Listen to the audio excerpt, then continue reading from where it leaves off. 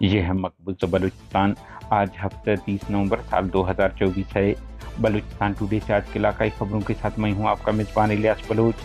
لسبیلا، گوادر، ڈیرہ بگٹی کے کراچی سے فورسز نے گھروں میں لوٹ مار مچا دی، 12 افراد جبری لاپتہ۔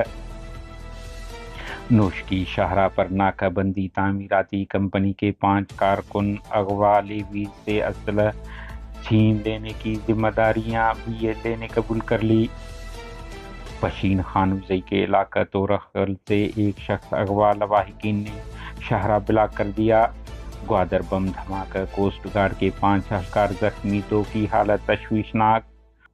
خضدار کے علاقہ نواں میں ڈیم پر کام کرنے والے مشینری کو نظر آتش کرنے کی ذمہ داری BNA نے قبول کر لی۔ تربت، کلاتوک نزدیک گھنا پھلانی کے